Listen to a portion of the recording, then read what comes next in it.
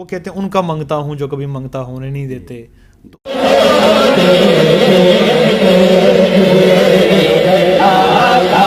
ان کی نعت پڑھنے کے لیے اتنے پیسوں کی ڈیمانڈ کی جاتی ہے. نعت خوانی کو ایز اے بزنس اکثر لوگوں نے بنا دی. یہ جو اب اس کے آخری اب سڑکوں کے اوپر جو کچھ ہو رہا ہے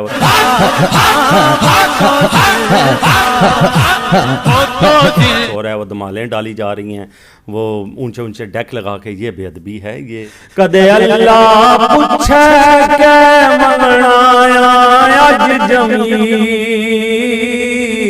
کدے اللہ پوچھے کہ منگنا اج جمیل, او میں آخاں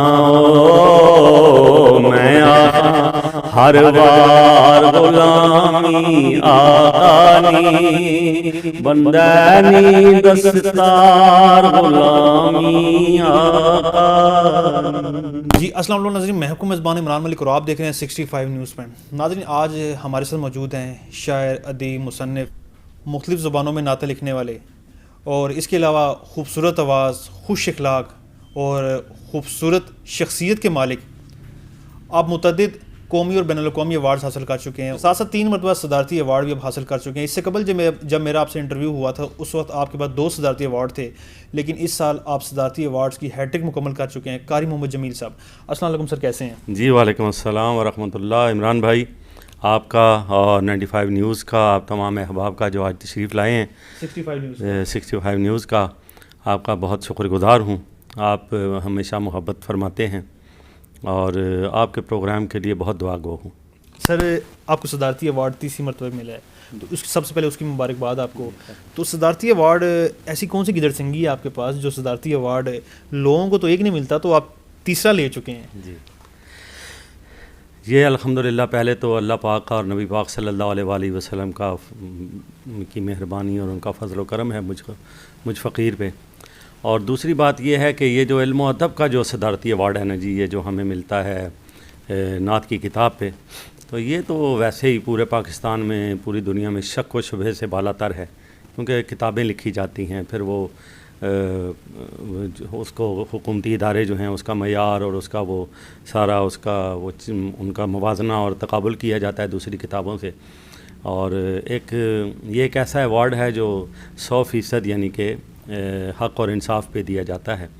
تو اللہ کے کرم سے چونکہ وہ تیسرا سال ہے میری کتاب جو ہے وہ پہلے نمبر پہ آ رہی ہے پورے پاکستان میں, تو اس لیے مجھ فقیر کو تیسری. کون سی کتاب ہے؟ کیونکہ پہلے جو میری گفتگو آپ سے ہوئی تھی, جو نشست ہماری ہو چکی ہے, اس میں آپ نے بتایا تھا کہ متعدد کتابیں آپ نے لکھی ہیں, مختلف زبانوں میں نعت بھی آپ لکھ چکے ہیں. جی جی.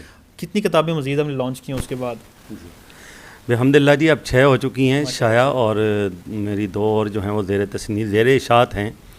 اور یہ جو اب ایوارڈ ملا ہے یہ پوٹھوہاری زبان کی نعت کی کتاب پہ ملا ہے. اس کا نام ہے سچیاں صدراں, یعنی کہ پیور جو ہماری ان کے ساتھ جو محبت ہے مدینہ پاک سے, نبی پاک صلی اللہ علیہ وسلم کے دیدار کی, زیارت کی, ان کی اتباع کی, جو محبت کی جو ہمارے اندر جو لگن ہے, اس کو پوٹھوہاری میں سچیاں صدراں کہتے ہیں. کہ یہ پرخلوص اور سچا اور بالکل جو ہے نا وہ ایسا پیار ہے کہ ہمارے جان و دل ان پہ نثار ہیں. پٹواری زبان میں جو کتاب لکھی ہے آپ نے, اس کا جو ایک بہترین کلام ہے جو آپ کی نظر میں, ذرا ہمارے ناظرین کو سنائیں گے آپ؟ جی جی, طرز میں سنا دوں جیسے آپ کہیں. جیسے آپ کو جو ٹھیک. علمیت نام یار غلامی آقانی, علمیت نام یار غلامی آقانی, بندینی دستار غلامی آقانی, می لگنا یا جنت وچ میں بیٹھا, می لگنا یا جنت وچ میں بیٹھا, او دل جدوں کرے پکار غلامی آقانی, بندینی دستار غلامی آقانی. ہر ایک ناز زمانے وچ یار الوینا, ہر ایک ناز زمانے وچ یار الوینا, او لنگڑی ہے بس پار غلامی آقا نی بندے نی دستار غلامی آقا نی کدے اللہ پوچھے کہ منگنا اج جمیل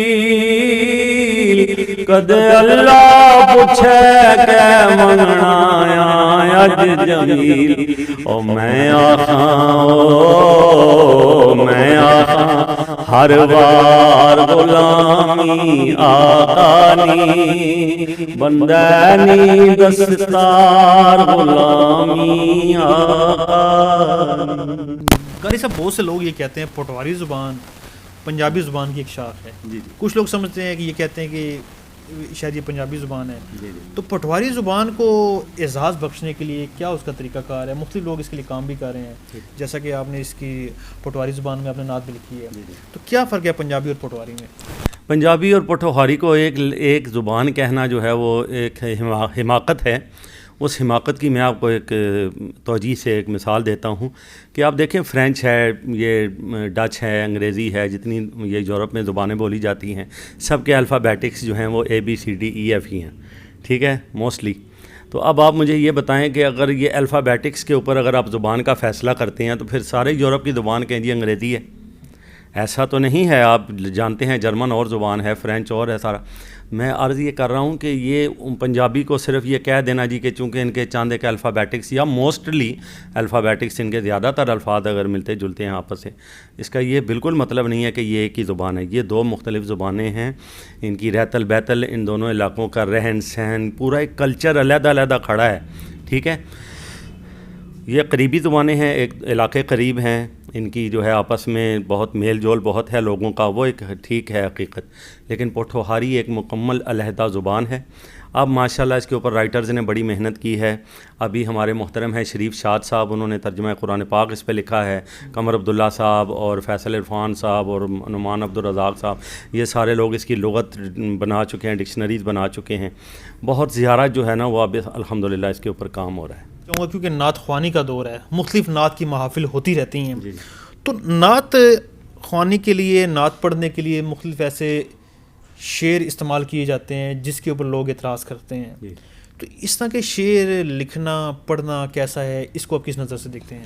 جی یہ ہر محفل میں ہر جگہ میں لوگوں کو یہ بتا رہا ہوں کہ پہلی بات یہ ہے کہ ادب پہلا قرینہ ہے محبت کے قرینوں میں۔ ادب جو ہے نا وہ پہلی بات ہے کہ آپ سراپا ادب ہوں سرکار دو عالم صلی اللہ علیہ وآلہ وسلم کی نعت پڑھتے ہوئے، نعت لکھتے ہوئے اور اس طرف چلتے ہوئے اس راستے کے اوپر علم و ادب کے بھی، یہ پہلی بات ہے۔ اور دوسری اس میں یہ ہے کہ آپ کا اچھا استاد ہو، آپ اچھی تعلیم خاص طور پہ لکھنے کے لیے، اور جو ہے نا آپ قرآن پاک کا مطالعہ کریں، احادیث نبوی صلی اللہ علیہ وآلہ وسلم کا مطالعہ کریں، اور اساتذہ کرام کو پڑھیں، ہم سے پہلے جن ثناخانوں نے کلام لکھے ہیں ان کو پڑھیں، اور اپنا اساتذہ کا حلقہ جو ہے وہ بہت بڑا رکھیں، ہر وقت سیکھتے رہیں، ہر وقت سیکھتے رہیں۔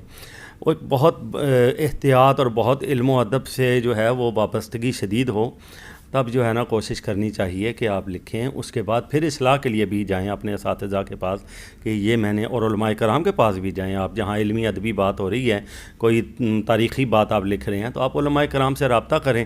علماء کرام ہمارے ماتھے کا جھومر ہیں، امت کا ایک سرمایہ ہیں۔ مقدس ہستیوں کے نام لیے جاتے ہیں نعتوں میں، مست ماحول سے ایک بنا لیا جاتا ہے، پیسوں کی برسات کی جاتی ہے، جی جی، تو وہ کہتے ہیں ان کا منگتا ہوں جو کبھی منگتا ہونے نہیں دیتے، تو ان کی نعت پڑھنے کے لیے اتنے پیسوں کی ڈیمانڈ کی جاتی ہے، لاکھوں کے حساب سے لوگ آتے ہیں جیسا کہ آپ جانتے بھی ہیں، تو یہ کیا چیز ہے؟ یہ کوئی ایک نعت خوانی کو ایز اے بزنس اکثر لوگوں نے بنا لیا ہے، کیا کہتے ہیں اس حوالے سے آپ؟ ہاں یہ جو اب آپ نے بات کی ہے نا، وہ پہلے میں آپ کی بات وہ ایک اور سلسلہ تھا بات کا، مطلب اب یہ جو آپ جو محفل کے اندر پرفارمنس کے دوران اور حاضری کے دوران جو خطائیں ہو رہی ہیں، یہ جو کمیاں ہیں جو اس میں جو بھی ہے، اس میں بہت ساری بہتری کی ہمیں اصلاح کی ضرورت ہے۔ علماء کرام لگے ہوئے ہیں، کہتے بھی رہتے ہیں، سمجھاتے رہتے ہیں، اور ہمیں انشاءاللہ امید ہے کہ بہتریاں آئیں گی۔